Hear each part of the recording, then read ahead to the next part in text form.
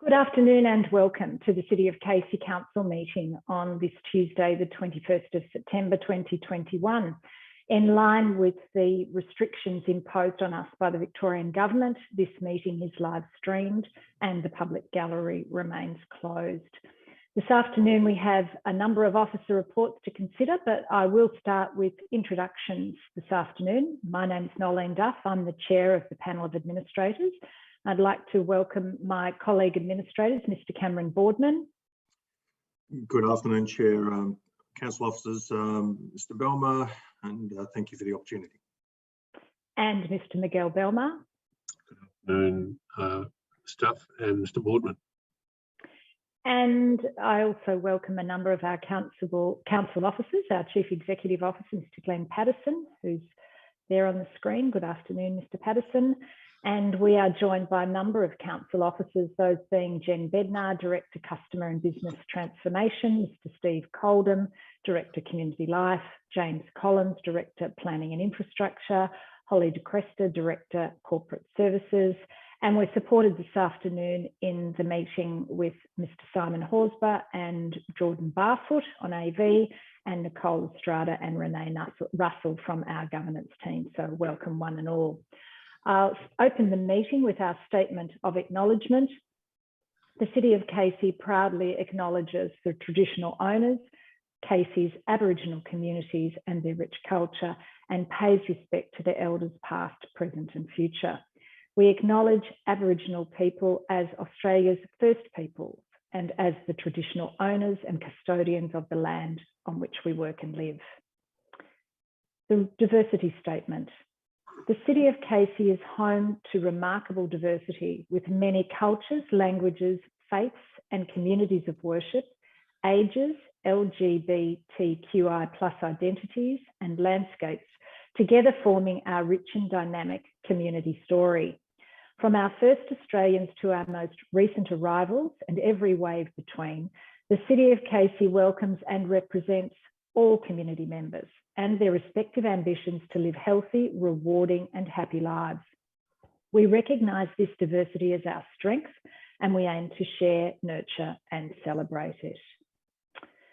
Now move to item 2, the confirmation of minutes of the meeting held on the 17th of August 2021. Is there a mover and seconder? Yes, I'll move those. Thank you, Mr. Belmar, and a seconder. Second, Chair. Thank you, Mr. Boardman. I'll put that to the vote. All in favour? Carried. Item 3, declaration of interests. I've considered my obligations under Section 130 of the Local Government Act 2020 and have no conflicts to declare relevant to the agenda this afternoon. Do my fellow administrators or any officers have any conflicts to declare? I have nothing to declare, Chair. Thank you, Mr. Boardman. Yes, Chair, I have a matter to declare in the confidential section of the meeting. Thank you, Mr. Belmar. We'll note that at that time. So no further conflicts to declare. Thank you, everyone. I'll now move to item 4, public question time. And this afternoon, I just want to open noting that there were 2 Ask the Administrator submissions through Casey Conversations on Council's website. They have also been lodged as public questions. So we will offer the courtesy to those who have submitted those questions. Question 1 is from Maria Scott, which is with respect to the tree renewal project in Berwick, and question 4 with respect to public transport from Brodie Duncan. So we'll address those in the questions today. So there have been 4 questions received for the meeting today. The first is from Mr. Brodie Duncan. Question 1, which is how can we improve the public transport by making more buses and making the timetables better to 10 to 20 minutes? And I have a response for Brodie Duncan, and that is on behalf of the community. The City of Casey has been a strong advocate to the Victorian Government for improvements to the public transport system within the City of Casey and has been a very strong advocate in that regard. And I just want to go through a little bit of the background that our Manager City Asset and Planning has provided with respect to the feedback that Casey has had from our community with respect to concerns about public transport, and also the advocacy. So in our recent Connecting Casey survey, there were more than 73% of respondents who stated they would use public transport more often if they could access a more reliable network. The limited bus services and the long wait times, particularly in the newer suburbs, and I'll speak more about the newer suburbs in the latter part of the question response, mean that many community members don't have any public transport options that enable them to effectively move around and through Casey, including for employment. So Council included improved bus services in its 2021 budget submission to the state government. This ask included a bus network review to identify gaps and opportunities to better connect communities. And Council identified 10 bus routes for priority review and improvements to cover more places, more direct services, and better connection with school times and trains. Through community feedback and Council's ongoing advocacy, Council was pleased to welcome 2 new bus routes, those being 888 and 889 in March this year to service Clyde and Clyde North to Berwick. An upcoming service, Route 881 from Clyde North to Marinda Park Station, will start early in 2022. And we want to particularly acknowledge the support of 2 of our local members of State Parliament, Pauline Richards, the member for Crandon, and Jordan Crunyale, member for Bass, in achieving those outcomes. Council will continue to advocate to improve public transport across the city.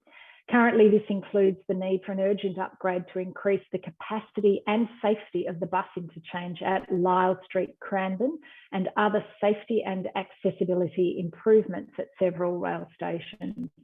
The City of Casey is also participating in community-led engagements, such as the Better Buses campaign.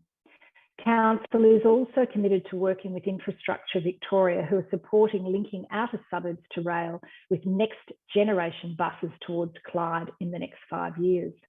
So there's quite a lot of information on Council's website, and I do encourage both Brodie Duncan and others interested in this topic, of which we know there are many community members interested in public transport issues and the improvement of public transport in our city, to have a look at Connecting Casey on our Facebook, or visit www.conversations.casey.vic.gov.au. Certainly to continue to advocate, as the City of Casey has, to our local members of Parliament, and also to provide feedback to Public Transport Victoria about bus services. And that's on the Public Transport Victoria website, which is www.ptv.vic.gov.au. So thank you for raising that important question with us. 3 are both from Sarah Marco. The first question from Sarah Marco is, Council's previous strategy recognised mental health as a priority area, and one of the 3 strategic objectives was to, quote, support a strategic approach to reducing problem gambling. The new strategy doesn't mention gambling. Given its status in the previous strategy, why has gambling been excluded from the new strategy? And question 3, also from Sarah Marco, Council's previous gambling policy expired last year. Why has a draft for a new gambling policy not been released for public review, and when can we expect it? So thank you for your questions. And in response to both of those questions, I've got quite a detailed answer for you, Ms. Marco. Supporting partnerships to address the underlying drivers of mental ill health in the Casey community is a key strategic objective in the draft City of Casey Health and Wellbeing Strategy 2021-2025. This strategic objective encompasses Council's work to reduce gambling harm in the City of Casey. Council is proposing to develop a Year 1 action plan to support implementation of that strategy, indicating the key partnership work in Casey and across the region to realise the objectives of the strategy. A key deliverable in the action plan will be to develop a background paper for gaming in Casey to inform a review of Council's current electronic gaming machine strategy. Based on strong support from the community through the public exhibition process, Council officers propose to strengthen the representation of gambling harm mitigation as a strategic focus of health and wellbeing domain 5 in that document, which is mental health and wellbeing and social inclusion. A review of the current electronic gaming machine strategy was undertaken in 2019, which extended the strategy's life to 2023. The development of a background paper is also currently underway. This research will explore the gambling context within the municipality and create a strong evidence base to inform an updated strategy, particularly following the potential financial impacts that COVID-19 has had on families. Advocacy on behalf of the community will continue to occur while this work is undertaken. We currently do this through a range of avenues, including preparation of submissions, letters, and partnerships with other councils, local services, and community members. In addition, Council has been proactive in reviewing gaming applications that are received through the planning system and seeking feedback from the community, as well as expert consultants to guide Council decisions.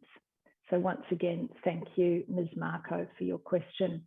The final question this afternoon is question 4, which is from Maria Scott, and that question is as follows. I cannot begin to express my disdain at the so-called tree renewal project taking place on the Avenue of Honour in Berwick. What an absolute joke, removing these glorious trees and replacing them with what? Question mark. The new ones will take decades to grow. Thank you for your question, and there is quite a lot of detail in the response, so I will go through that now. The City of Casey is starting the second phase of the tree renewal project along Beaconsfield Avenue of Honour to ensure this significant site remains as a living memorial into the future. I do also note that the Berwick RSL has acknowledged their support for Council undertaking this project and ensuring the long-term preservation of the memorial. So the tree removal has been supported by the RSL and designed in consultation with the Berwick RSL, and we thank them for their work and their support in this regard.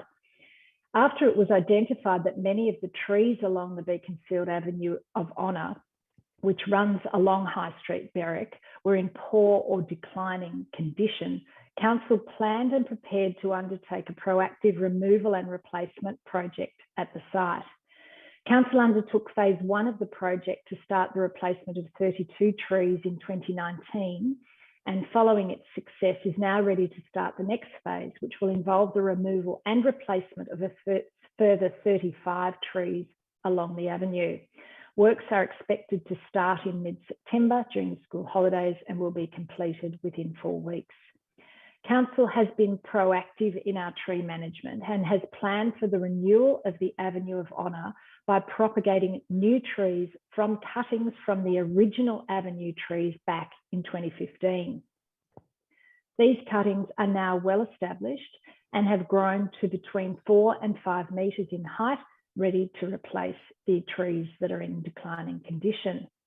The original trees, which are Poplar canadensis, were planted more than 90 years ago in an initiative led by the Beaconsfield Progress Association, with funds generously donated by Ada Armitage, who was a local philanthropist, to honour the 65 servicemen from Beaconsfield and District who served in the First World War. The original trees have performed well in an urban environment. However, many have or will soon reach the end of their useful life in the urban landscape. Council is strongly committed to preserving these living memorials that exist across Casey, and this is one example of that. So thank you, Maria Scott, for your question. I'll now move on to officer reports, and this afternoon we have 10 officer reports in the open council meeting. And the first item is item 5.1, the quarterly community report, and I seek a mover and a seconder. Yes, I will move that report. Thank you, Mr. Belmar, and a seconder. Seconded, Chair.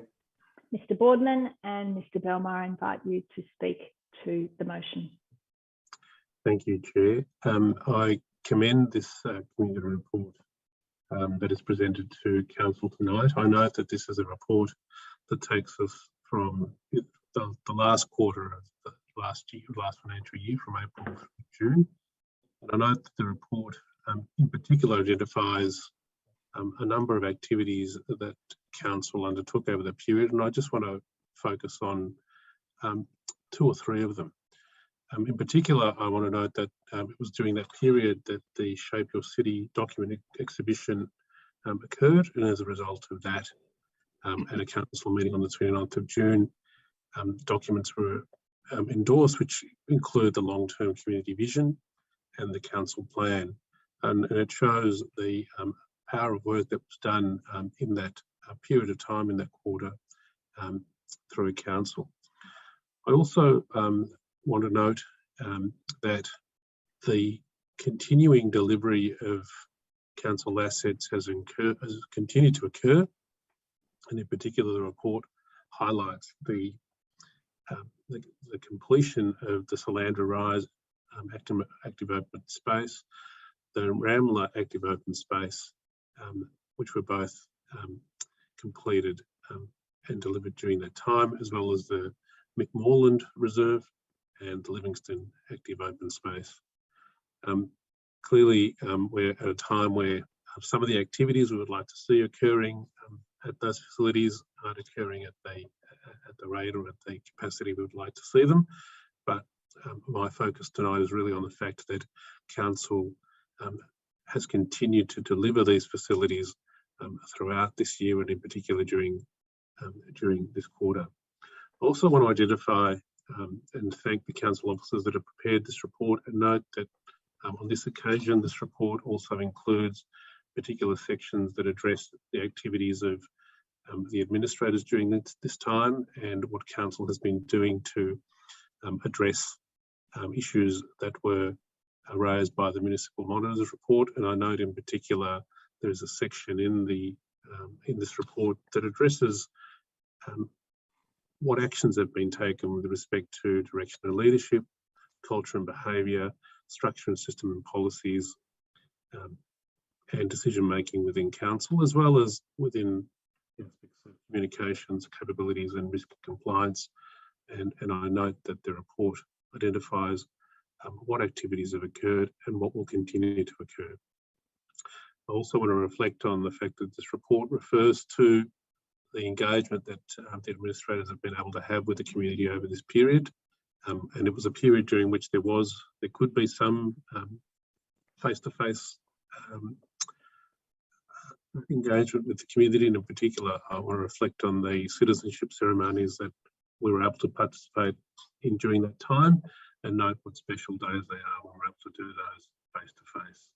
And so I want to commend the report and just reflect on the fact that there was a period during this year where we were able to do activities face-to-face, and where the delivery of council assets continued. And I note that we're looking forward to be able to do that again face-to-face, but I might commend the report tonight. Thank you, Mr. Belmar. Mr. Boardman. Thank you, Chair. If I could briefly acknowledge and add to Mr. Belmar's comments, particularly around the progress against the 30 actions that are recorded in this quarterly update, and progress against the governance and other process improvements in the municipal monitors reports, which is on page 25 of the public council documents. And that those members of the community who are interested in reading the report will understand that we have more than completed the majority of the 30 actions. 2 have been discontinued, and those which are yet to be completed, as Mr. Belmar has articulated, are subject to either disruption or changes in the scheduling because of various orders from the chief health officers or other matters. It does provide a useful community view of how we are tracking against community expectations, particularly against the Shape Your City consultation exercise that was conducted in this quarter that Mr. Belmar has articulated, and is part of our disclosure and accountability measures to ensure that we are communicating as openly and efficiently to the community as possible. Just a brief final point, Chair. in regards to a point that Mr. Belmar also made about citizenship ceremonies, one of the 19 events that we collectively attended and officiated during the quarter. We have moved to a virtual citizenship ceremony structure. We understand that there is a somewhat delay and waiting list in the number of residents moving into Casey who are awaiting a ceremony to in fact obtain their Australian citizenship. Myself, Mr. Belmar particularly, and yourself, Chair, are making ourselves as available as much as we can outside of regular council meeting times to progress this as quickly as possible. And it is an indication that we are trying to do everything to represent the community's needs in a very challenging environment, which we all acknowledge. I look forward to receiving further feedback from the community, as we all do, and for the next update in 3 months' time. And I, with those comments, pleased to second the recommendation.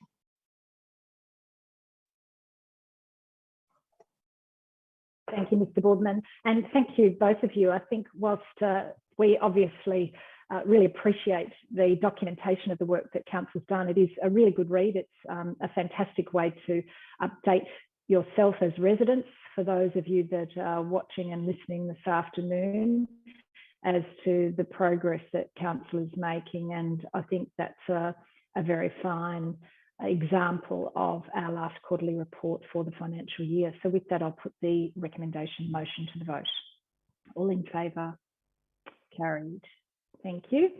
Move to item 5.2, which is the 2021 budget outcomes, financial statements and performance statements. Do I have a mover for the recommendation? I will move the recommendation, Chair. Thank you, Mr. Boardman, and a seconder. Yes, I'll second that, Chair. Mr. Belmar. Mr. Boardman, please go ahead and speak to the motion. Thank you, Chair. This comprehensive report and attachments, which commence at page 29 of the public documents and conclude at page 118, is the combination of effectively why the three of us are here, is to provide leadership, accountability, transparency and good governance to the city, to ensure that not only are our operations and all of our other statutory activities delivered meaningfully, purposely and in accordance with community expectations, but we are doing that in a sound financial management environment. I've made many comments around how the financial management processes at Casey operate, particularly in my budget speech at the council meeting on the 29th of June. And I don't seek to further explain or to go into great detail in this regard, because we have been vigilant and given a very significantly high priority to ensuring that this has been our primary function. And I think with the testament of the work led by our CFO, Bernard Rowan, and his team, that the financial health of the organisation is very strong, and is testament to the commitment from everyone involved in the organisation to act in a financially responsible and prudent environment and to be complying with their statutory and ethical obligations accordingly. The recommendations make reference to a number of other reports. The rates hardship policy, which we will seek to potentially adopt at agenda item 5.3, the payments from reserves recommendation, agenda item 5.4, and the quick response grants totaling 250,000 in response to the COVID-19 current situation, which is represented at agenda item 5.10, is again an indication of our understanding community expectations and those particularly facing hardship related matters, and our commitments to addressing these needs, providing a fair and equitable base to ensure the community is not overburdened with any financial or other obligations to council, and demonstrating our flexibility to provide some degree of leniency appropriate and measured in those circumstances. If I could move to the report specifically, we have of course operated in the last fiscal year in a very challenging environment. There's been continued disruption. We were locked down for 118 days in that financial period. We had a reopening of some extent in November with a number of other initiatives the council took on board, such as roadside zoning and commencement of recreational activities. We obviously had some significant capital works issues we needed to address because there was uncertainty created by the environment of lockdowns.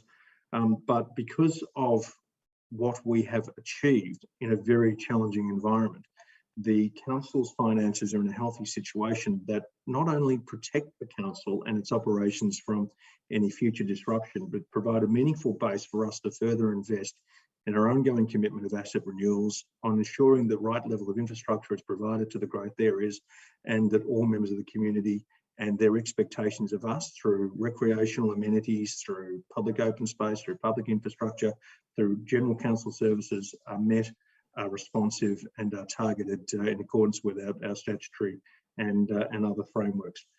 So we have had a number of additional grants that we've received from the Victorian Government, particularly in relation to employment grants, and I'll come to those in a moment.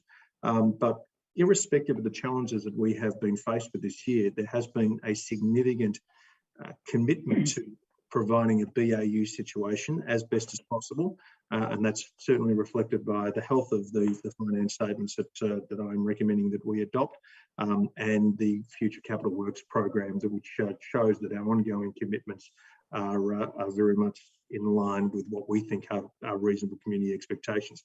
Whilst the surplus does look very high, 223.6 million, it needs to be considered on the basis that the revenue has been up because we have received additional grant money that I've referred, that our rates and charges were somewhat high, irrespective that there has been a lessening of particularly fees for services, particularly as it relates to public facilities because of lack of participations, again, circumstantially based upon the lockdowns from the Chief Health Officer. But particularly, we do acknowledge that the Working for Victoria grants and other COVID grants that the Victorian Government's provided us has provided us with an additional income base, which has been reflected by an employee cost growing above 8.5% year on year, and ensuring that we have gone through that principal approach of retaining employees to meet all of our service obligations as best as possible. So we have debated this, as I made in my comments on the 29th of June, through we did not want to go through any disadvantagement to any members of the community or to existing employees or staff, and to ensure that we were not only meeting our service delivery obligations, but increasing them as best as possible. We do note that we are yet to receive the VAGO acknowledgement letter. As a member of the Audit and Risk Committee, we had our meeting on the 31st of August, just over 2.5 weeks ago, 3 weeks ago, tonight in fact. We acknowledge that in line with changes in state government requirements, that the Victorian Auditor General's Office will become our external auditors effective from this financial year. We have met with our external auditors, we've developed that relationship, and the way that the ARC is functioning and contributing to our financial management overall, the relationship we have with our internal auditors to ensure that all performance and other financial audit requirements are met, and the new relationship we'll have with our external auditors show that the community will have confidence in the way that we are assessing our budgetary and financial provisions, and that we are not only meeting all obligations with disclosure information accordingly, but we are surpassing it.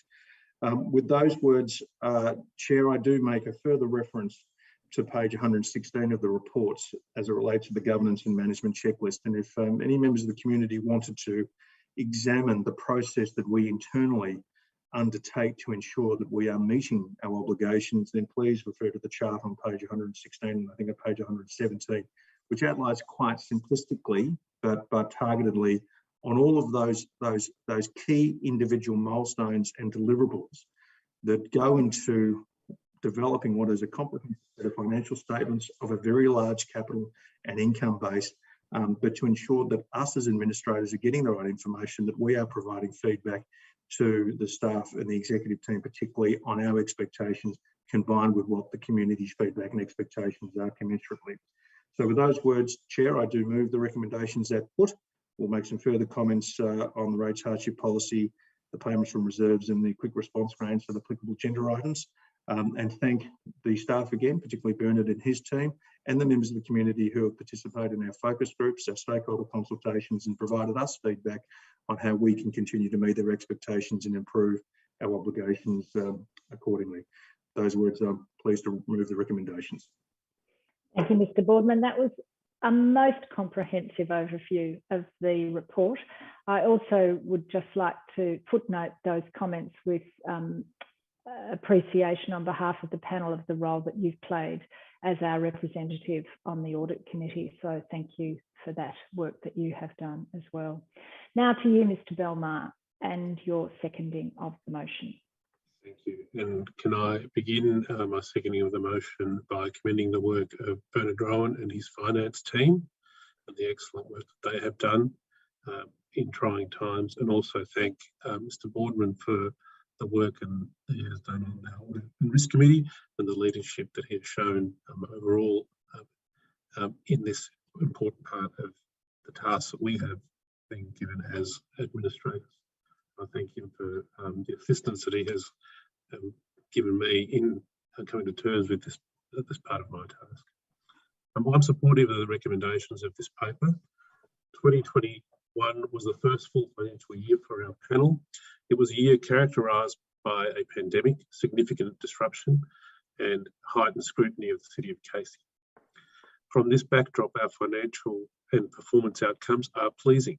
They are a reflection on where we have risen to in such a short space of time, and the resilience of the structures that we have introduced and strengthened in a relatively short time together. I would advise our community that the financial statements and the performance statement are subject to an independent external audit, which has been referred to by Mr. Boardman. This independent Office of Parliament has reviewed our systems and processes, our information and our approach to reporting to ensure that what is presented today is in line with legislation and professional requirements. And I am satisfied that this has been achieved. The financial statements of 2021 highlight growth in revenue underpinned by robust development activity and grants from the state government.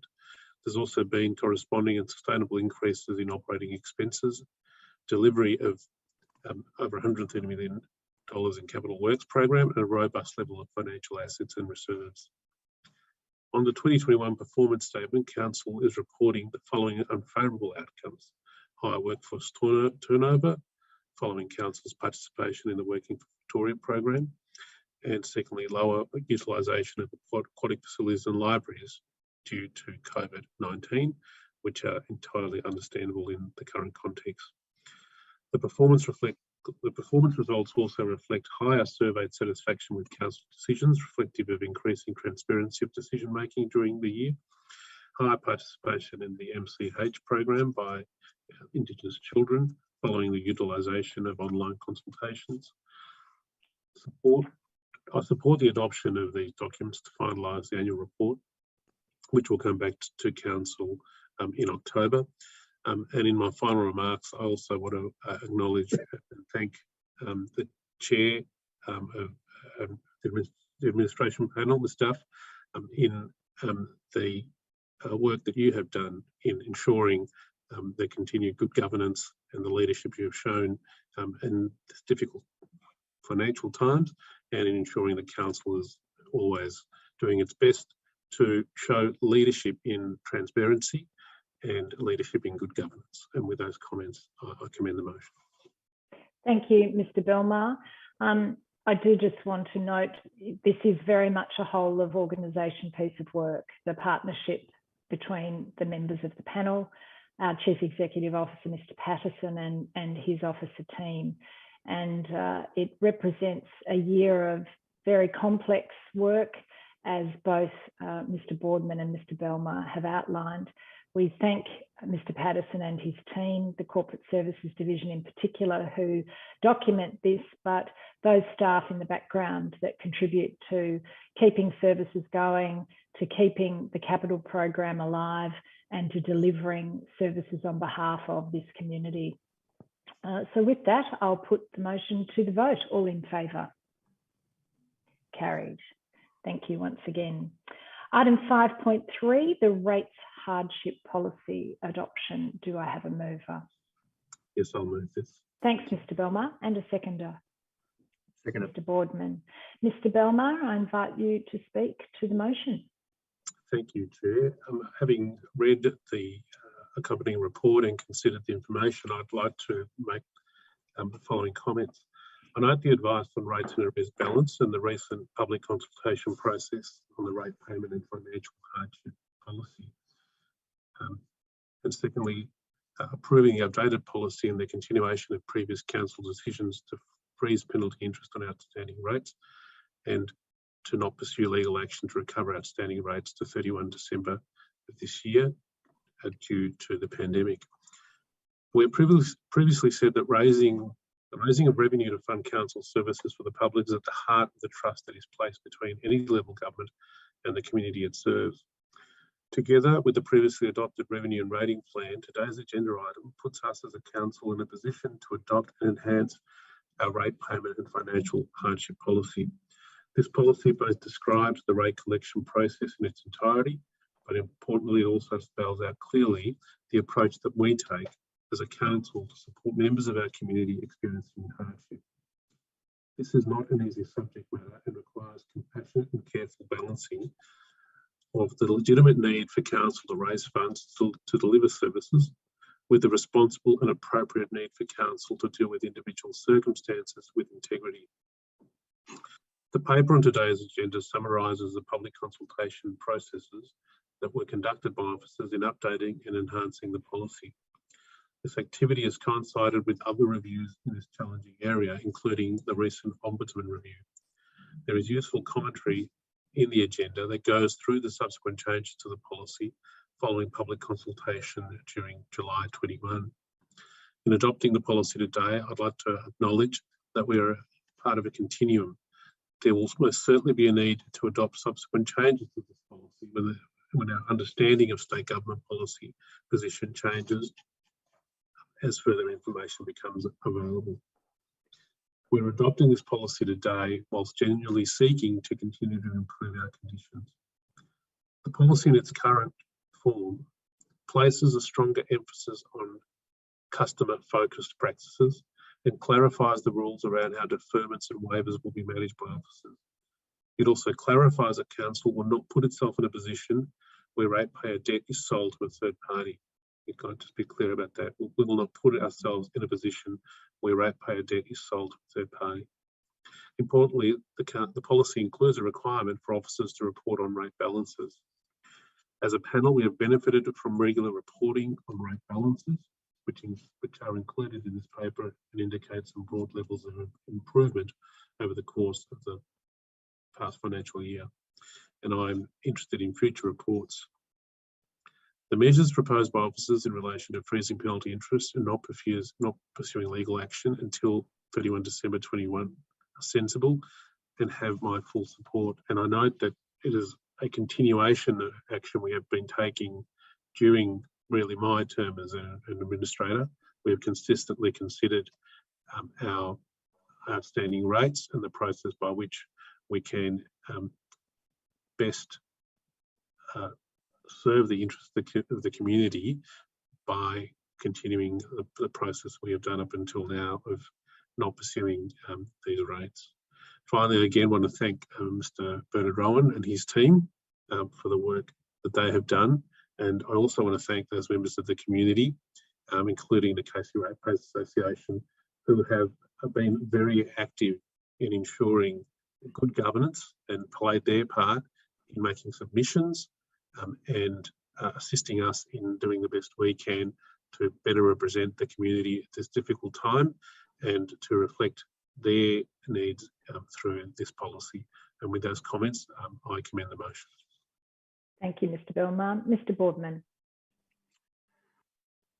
Thank you, Chair. I think this is the third time we have reviewed our hardship policy, and it is the third time that we will, in fact, subject to favourable adoption of the recommendation, extend the hardship policy to allow for flexibility in payments so that we will have an interest freeze on outstanding payments, and as importantly as Mr. Belmar has pointed out not to sell our debt to third parties and to pause legal pursuit of outstanding rate balances. By saying that, Chair, if I could briefly thank every member of the Casey ratepayer fraternity, each individual ratepayer that has been subject to extraordinary circumstances in the last 18 months, where challenges have been wide and varied. But to see the resilience and the commitment from all ratepayers that we have transparently depicted in this report, whereby our outstanding balance is reduced from 25.4 million to 10 million, is really a testament to how the community has accepted our hardship policy and the flexible arrangements that we trust have met their expectations. But importantly, it shows that we have a community that understands the value of meeting their rate obligations commensurate with the values of council providing adequate and appropriate services. So we are very pleased that we are going through this process and extending this again this afternoon. We note that the Ombudsman recently has reported on other actions from other councils that perhaps have not been as professional or as responsive as ours. We have read the report, we understand the Ombudsman's recommendations, and we are thoroughly committed to ensuring that we meet community expectations by not imposing any processes at any level which are not just, which are not considered, and which are not tailored to all of our expectations. And this is an example of that. With those short words, Chair, I do thoroughly support the recommendation. I thank the Casey community and every individual ratepayer again for their resilience, commitment and understanding of the circumstances, and guarantee that we equally understand the circumstances which we are all faced with, and will continue to review this matter very deeply and thoughtfully into the future. And if we require further revision, that's exactly what we will do. Thank you, Mr. Boardman. And I know that you have both noted the dedicated work that have been undertaken by those staff that actually take the calls from residents and work through the issues that residents have been facing. But I think on behalf of the panel, I do just want to ask our Chief Financial Officer to pass those sentiments on to that team. It has been quite a challenging period, and I think it's so valuable, the work that they've done in the listening and the thinking through and providing options to people that are experiencing financial hardship. So we do appreciate that work. I'll put that motion to the vote. All in favour? Carried.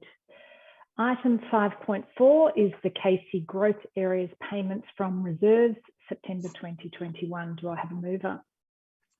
I will move that, Chair. Thanks, Mr. Boardman. And seconded? Yes, I'll second. Mr. Belmar.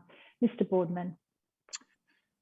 Thank you, Chair. Referencing my comments with agenda item 5.2, that this is a relatively straightforward report which is seeking authorisation to the CEO to make payments in accordance with the confidential attachment, which of course we will not discuss.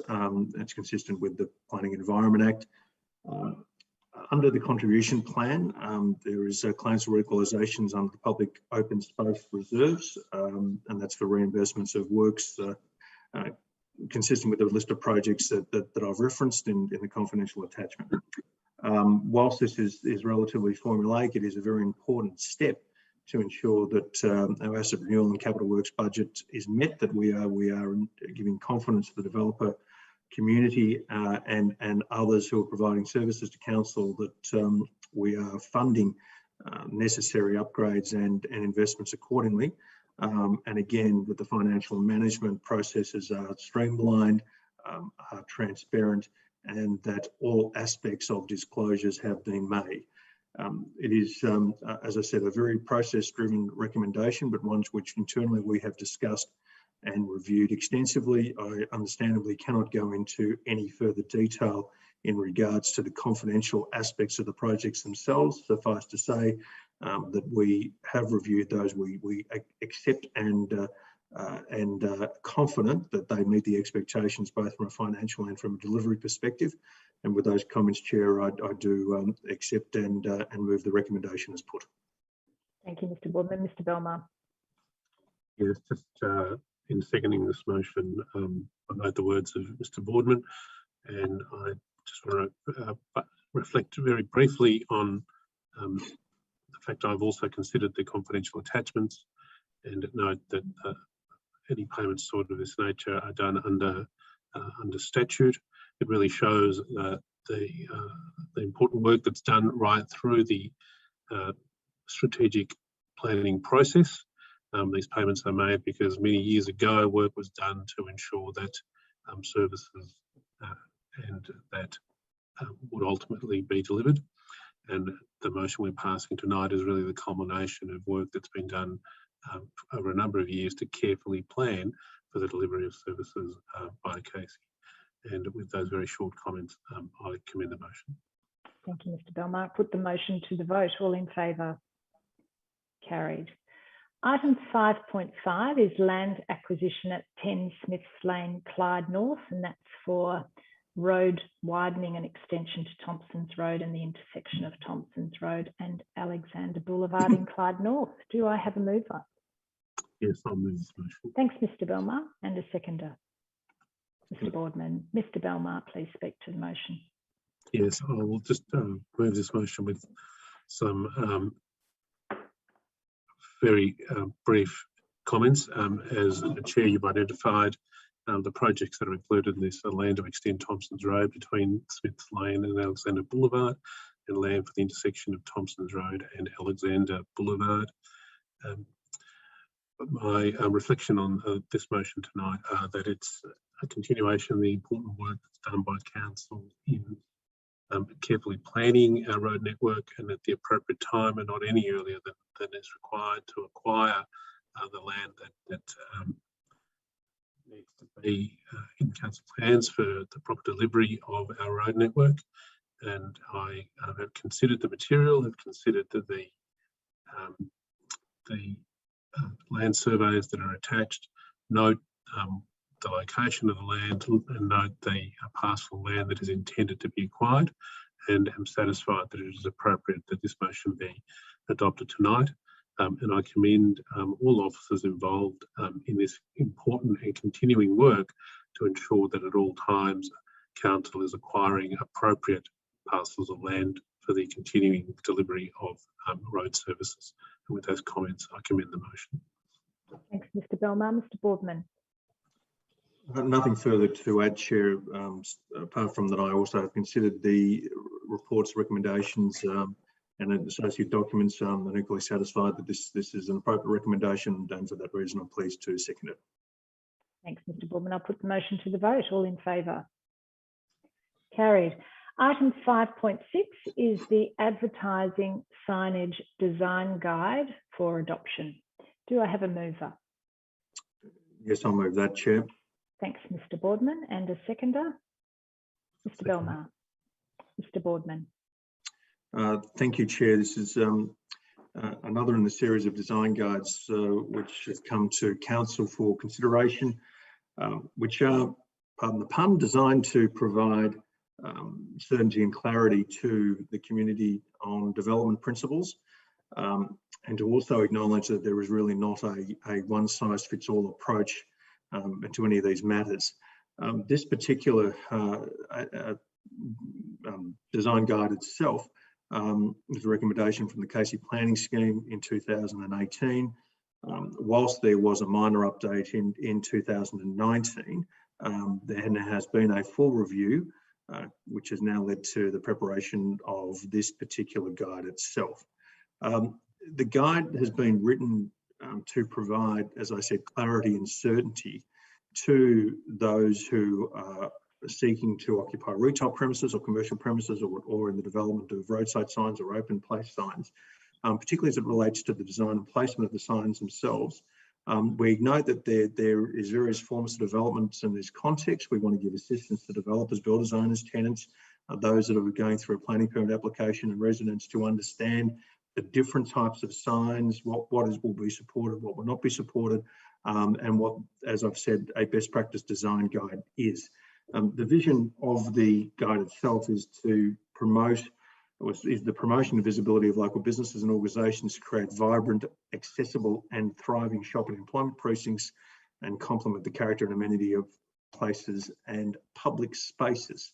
And if we reflect upon the vision, the primary objectives to ensure that there is located and displayed in appropriate and attractive manners, that they complement the surrounds in a contents that can add vibrancy and vitality to the area, that the placement of the quality considers an orderly and consolidated approach to avoid visual clutter, and the size, location, the size does not compromise road safety. So we are very much focusing on the avoidance of visual pollution aspects of this. And whilst the guide itself may come across as being quite prescriptive, we do want to reassure residents, ratepayers, tenants and those involved in the signage industry that there are planning permits required for certain types of signs, but the council is not going to be going around and knocking on everyone's shop and ensuring that there's compliance.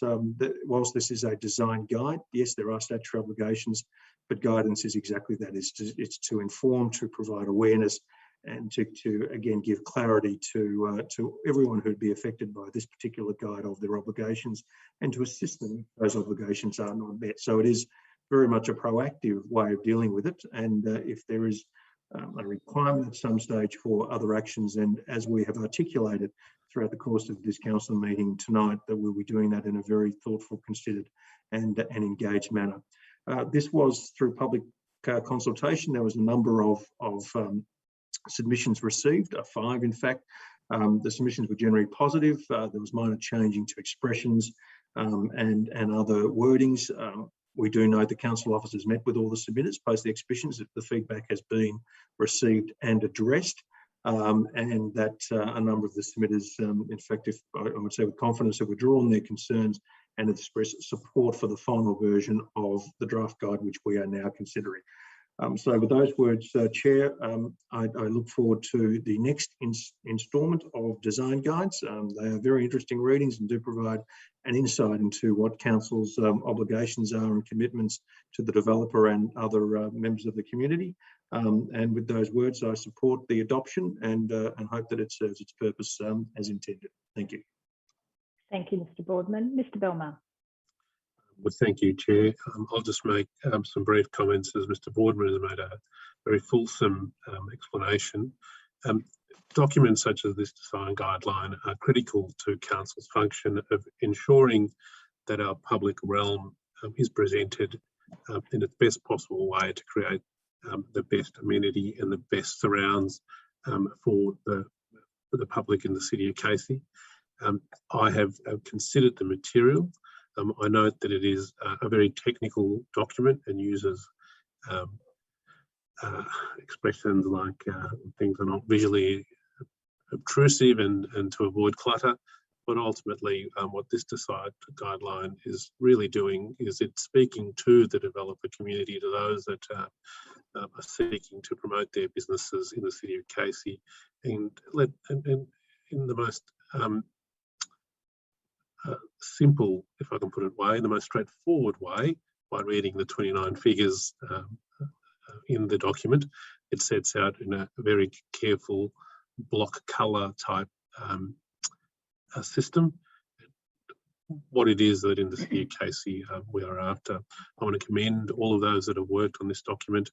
It's a very important document ultimately, because it does impact on the experience we have as we drive around Casey, as we walk around Casey, and how we experience our public realm. So although it might at first seem a little bit of a document that's only going to be of interest to architects and town planners, we're ultimately all affected by documents such as this, and I commend those who spend their time and devote their professional time to important documents of this nature. And with those comments, I commend the motion. Thank you, Mr. Belmar. I agree. I think it's an excellent piece of work. It's a best practice framework. And I think Mr. Belmar and Mr. Boardman, you've both made it a very exciting piece of work. So I'm sure that people will want to access it. It is as you say, Mr. Belmar, these are things that impact on us as we move around and impact on our amenity. So thank you for those comments. I'll put the motion to the vote. All in favour? Carried. Item 5.7 is the Section 5 Instrument of Delegation from Council to the CEO and Section 6 Instrument of Delegation from Council to staff. Do I have a mover? Thanks, Mr. Belmar. And a seconder? Seconder, Chair. Thank you, Mr. Boardman. Mr. Belmar. Thank you, Chair. We often move motions of this nature, which are with respect to statutory power. I want to commend this motion tonight, which addresses not only the Planning and Environment Act, but also addresses matters to do with the EPA Act and also the Residential Tenancies Act. It's important that at all times all delegations are properly created so that any action taken by council is done with a full force of law.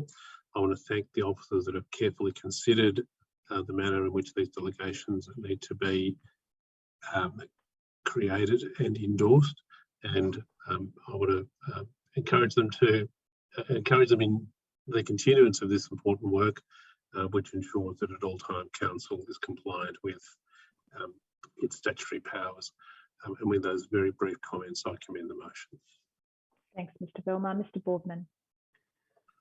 Thank you, Chair. The almost 200 pages of attachments shows that the individual contributions of every person within this organisation needs to be acknowledged, that those delegations need to be consistent with the statutory framework, and that this, to me, is the ultimate example of an efficiency mechanism, that we are avoiding duplication, that those roles and responsibilities are clearly articulated and understood, and importantly, the processes are adopted to ensure that each officer's contribution is valid, acknowledged, and appropriate.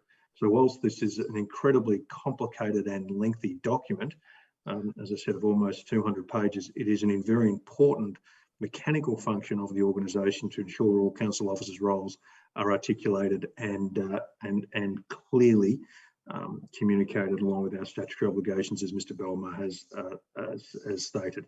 And for those reasons, I do second the recommendation accordingly. Thanks, Mr. Boardman.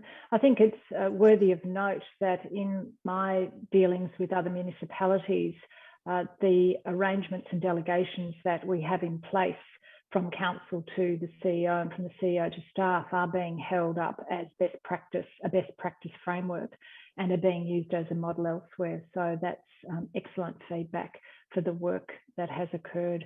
I'll put that motion to the vote. All in favour? Carried. We're now, for those that are working through the agenda, up to page 386, item 5.8, which is council meeting dates 2022. Do I have a mover for the recommendation? I will move that, Chair. Thank you, Mr. Boardman. And a seconder? I'll second that. Mr. Belmar. Mr. Boardman. Thank you, Chair. We note that in the last financial year, we held 22 council meetings, including 3 meetings almost weekly in June to deal with budgetary related matters. We note at previous council meetings, we have adopted a resolution to move to monthly meetings. We believe that is much more efficient, both from a planning and strategic framework basis, to ensure that we're meeting our obligations to the organisation, the community, by thoroughly considering and evaluating all of the business items that are presented to us. But most importantly, we've got sufficient time to do that. Whilst we acknowledge that some members of the community, albeit a minority, were not supportive of us moving to monthly meetings, we equally acknowledge that if we look at the level of participation, particularly as it relates to live streams, because of the circumstances that we are faced with and the number of questions and interactions that we are receiving, not just through the public question process, but through the Casey conversations and the Shape Your City engagement activities, that the level of community engagement council has actually increased. And so it's testament to the decision that we made that this is, I've said a number of times, the final phase in the decision-making tree of all of the operations and other aspects of business within the organisation. And frankly, it doesn't matter how many times we meet, the obligations to ensure that the processes, the consideration, the thoroughness, the governance principles, and meeting all of our statutory and other charter obligations are absolutely paramount in each phase of that. And when we get to a council meeting as we are tonight, that we are confident that we have met our obligations, that we have considered all of the material information that's been presented to us, and that we are making those decisions thoroughly, comprehensively, in accordance with community and our legal and regulatory obligations. So whilst we are quite clear with what the dates are next year, the explanatory memorandum and what we have previously decided upon still stands. We still very much look forward to ongoing community consultation. We're excited by the prospect with the roadmap, so both at the Commonwealth and state level recently released, that we will be able to move to an in-person meeting hopefully early next year, and that will also allow us as administrators to get out to meet with the community to do our obligations in a non-virtual environment that hopefully will be welcomed by the community accordingly. So with those comments, Chair, I'm pleased to adopt council meeting schedule for the next financial year as put in the recommendation. Next calendar, I should say. Thank you, Mr. Boardman. Mr. Belmar. Thank you. Just some very brief comments. I commend the motion. I note that the council meeting that we now hold on a monthly basis is only part of the important work that is done by council. We are at the concluding stage of the work done each month to ensure that the council is complying with all its statutory obligations and doing that in a public forum. And tonight we are setting out the agenda for next year and letting the community know when each month we will be having this public forum at which we'll be coming to the concluding elements of the work that is done over many months by council and council officers. And with those short comments, I commend the motion. I note the number of live streams that have been viewed, and I also note the number of questions that have been asked, and encourage those members of the community who follow these meetings to note the agenda and to note that they can now plan themselves when these council meetings will be occurring, and invite them to continue to participate in them. And finally, I also want to note that I hope that we're able to, in the very near future, go back to live meetings at Bunjil and ensure that the community can participate in a face-to-face manner. And with those comments, I commend the motion. Thanks, Mr. Belmar. I'll put the motion to the vote. All in favour? Carried. Item 5.9 is the Domestic Wastewater Management Plan 2021-2026, and I seek a mover for the recommendation. Yes, I will move that recommendation. Thanks, Mr. Belmar, and a seconder. I'll second the recommendation, Chair. Mr. Boardman, Mr. Belmar. Thank you.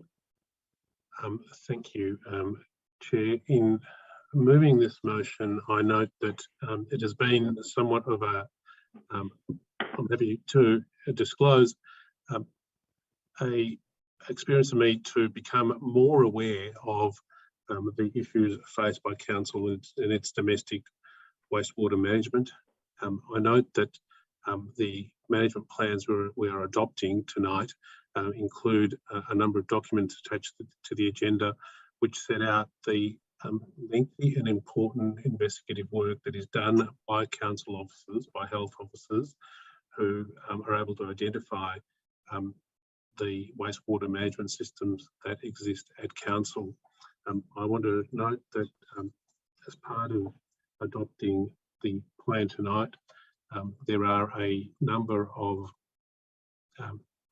strategies that form part of our action plan, and that those 5 key strategies are implementing a risk-based compliance monitoring program for on-site wastewater systems, commencing in areas identified as giving rise to a higher likelihood of risk.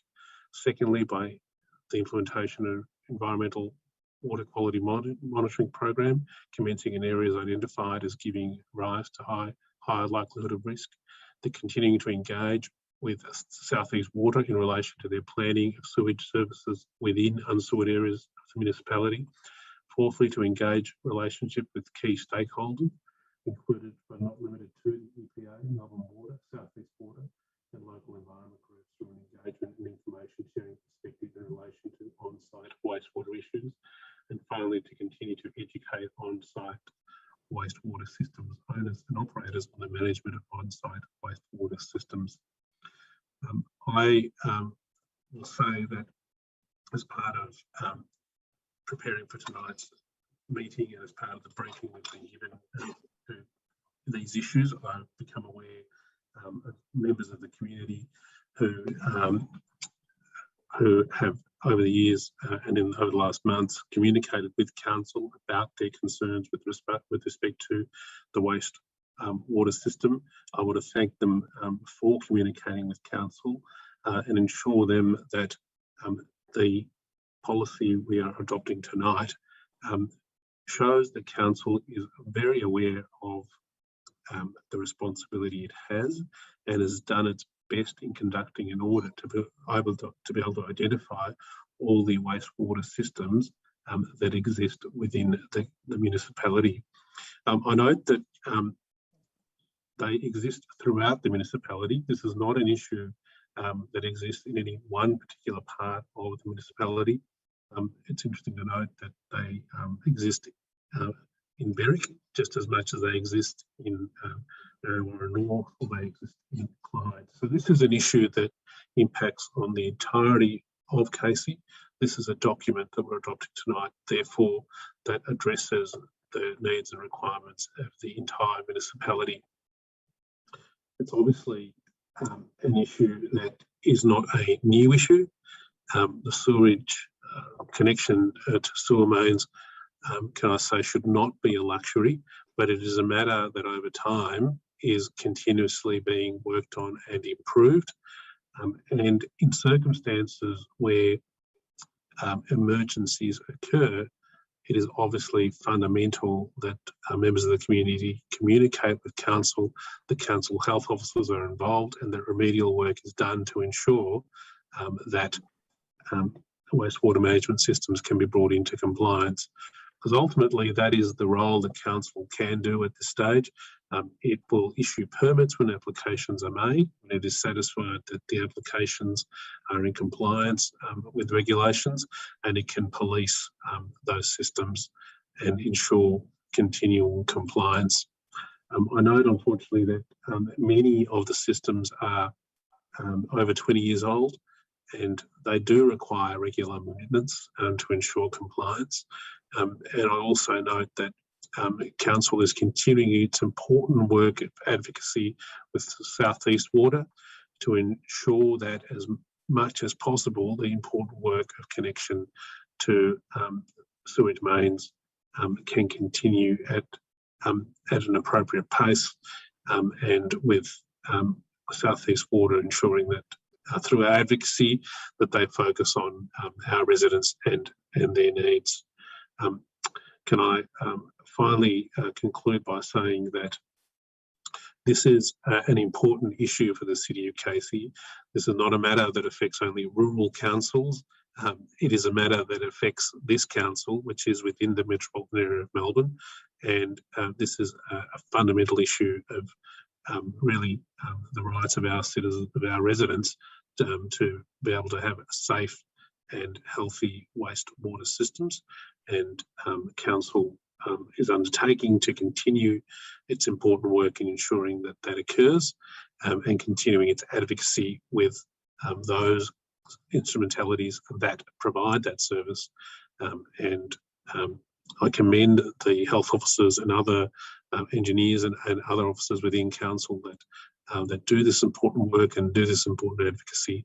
And with those comments, I commend the policy to the community and encourage them to, if they are interested in this as an issue, to read the policy, to see the important work the council is doing in identifying this as an issue, and ensuring that we move forward as quickly as possible in all the circumstances to ensure that as many of our residents have access to appropriate sewage services. And with those comments, I commend the motion. Thank you, Mr. Belmar. Mr. Boardman. Thank you, Chair. I'd like to acknowledge the comprehensive analysis that Mr. Belmar has just provided. I don't seek to add too much to it, apart from highlighting that water management does contain a level of complexity insofar as the obligation of council, the retail and the wholesale water companies, the waste management companies, and the Environment Protection Authority itself. We do acknowledge our obligations under the State Environment Protection Policy as it relates to water management and treatment. And this action plan is a component of that. And as Mr. Belmar has articulated, there are several actions delineating the responsibility to council and other entities under the 5 strategies that not only go to ensuring that we're meeting our very important environmental health obligations, but we are providing a framework that will minimise any risk to public health, particularly as it relates to waterborne viruses or the treatment and management of sewage and wastewater itself. Whilst there is significant detail in the strategy and the accompanying documents, it has to be remarked that as Mr. Belmar has pointed out, that the obligation for us to maintain those key relationships with our stakeholders, including the EPA, Melbourne Water, South East Water, local environmental groups, to ensure that the right level of information is shared, that there is an understanding of the obligations of each party, that there is a perspective to not just current but emerging wastewater issues, and that this is conducted within a framework of, as I said, the paramount of public health. So whilst there is complexity and there is that delineation of responsibility that I've mentioned, and there is a very detailed but very responsive action plan under those 5 strategies, each stakeholder, each party has an obligation to each other to maintain a degree of rigour around each aspect of the implementation to ensure its overall effectiveness. Water management has always been a complicated issue. It will continue to be a complicated issue, but with clarification that we are putting forward tonight through this particular action plan, we'd hope that the end result is a better understanding of everyone's roles and responsibilities from the community upwards, and that a better management principle is applied that has, hopefully, at the end of it, better public health outcomes. And with those comments, I'm pleased to second the recommendation as put and support the implementation of the plan itself. Thank you, Mr. Boardman. I also note that we've had some extensive advocacy from a resident in Narre North with respect to sewage connection. And I think that the transparency of this report, albeit a requirement on us, is very clear as to who the provider, planner and provider and constructor of sewage services within the municipality. But I think we're very clear that we strongly support and continue to advocate, and will, through this work, advocate to South East Water with respect to the extension of sewage services. I also note that that will, in the process of construction, impose a cost on individual residents that will need to be accommodated. I'll put the motion to the vote. All in favour? Carried. Item 5.10 is our last item, and that is the Quick Response Grants COVID Relief and Recovery. Do I have a mover for the recommendation? Yes, I will move that, Chair. Thank you, Mr. Boardman. And a seconder? Yes, I'll second that. Thanks, Mr. Belmar. Mr. Boardman, I invite you to speak to item 5.10. If I can just bring up the report. Page 435. Yes, 435. I'm just getting there. As I've made some comments in my debate to item 5.2, we have received a recommendation that I am sure we will fully support to allocate $250,000 from our year-end surplus to the Quick Response Grant funding program to support community organisations at Casely who have been directly impacted by the current lockdowns. We will see that these will be distributed over the next 3 months. The grants program, although it will be available all year, it means that applications will be hopefully assessed against the eligibility and the funding priorities as soon as they're received, and that we can organise payments very quickly. There are 18 groups in Casey which actually are providing emergency food relief, as well as a small number of social enterprises. And we know that they themselves are facing their highest demand yet for meals and for groceries and other requirements. These organisations are largely volunteer groups. They provide support to a broad range of affected communities throughout Casey, we are, of course, understanding that although a roadmap to opening the economy and to resuming some degree of normalcy with our daily lives has been articulated, it is still something that is subject to conditions being met.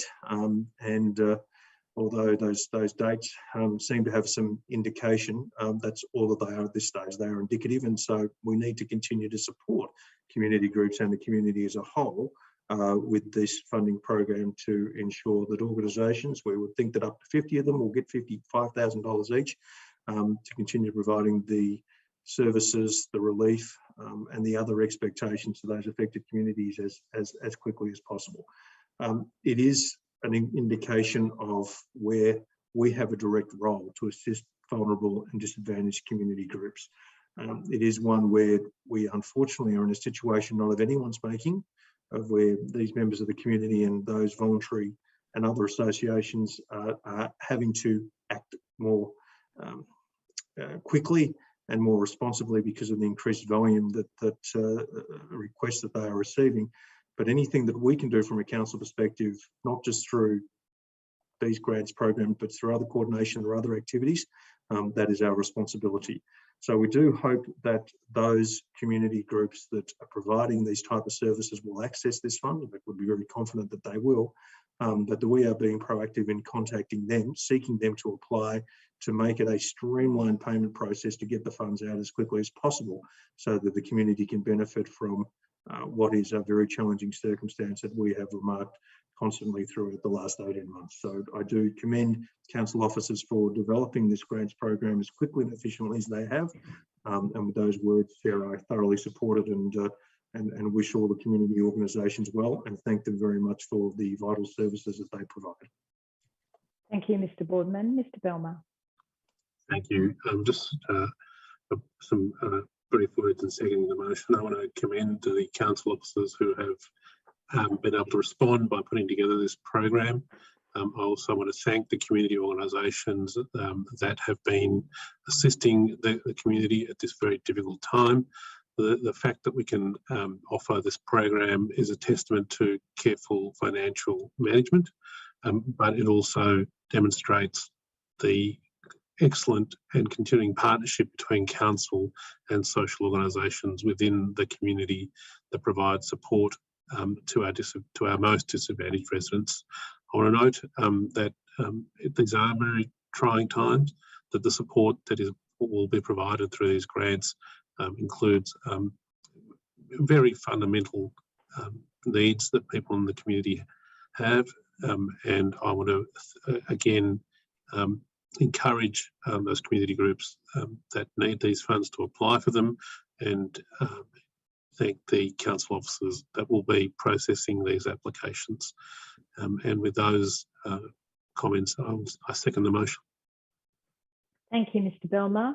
It's worth noting that the Community Leadership Program that the City of Casey has been running a couple of weeks ago, the panel, together with our CEO, Mr. Patterson, met with that group of people that are participating in the Community Leadership Program.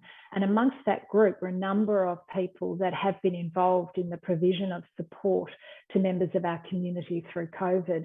And I think my observation was the level of enthusiasm and positivity expressed by those people in the Community Leadership Program about their participation and their support during this time has been quite something phenomenal. And as you've both stated, something that we very much appreciate. But I also want to note that this program has come from a recommendation from our officers, and it demonstrates the very clear connection that they have to community and their sensitivity and understanding of what's occurring in the community and the need for council to support that. So I too welcome this recommendation. So I'll put the motion to the vote. All in favour? Carried. That concludes officer reports in item 5 for this afternoon. We have a number of other matters to consider. The consideration of reports of committees at item 6. We simply note the record of discussion as listed in the agenda papers. Item 7 is petitions, and there were no petitions received for the council meeting this afternoon. Item 8 is urgent business, and there are no urgent business items. I move to item 9, which is the closed council meeting. And I note there are 2 items for consideration by the council this afternoon, which, pursuant to definitions in section 3 of the Local Government Act 2020, the first item is considered confidential in accordance with council business information, and the second item confidential in accordance with private commercial information. So I will move to close the open council meeting. Thank everyone for their participation, the officers for their reports, my colleagues on the panel of administrators for their consideration of the matters, and most particularly to those of you who have been listening this afternoon. And I bid you good afternoon. Thank you.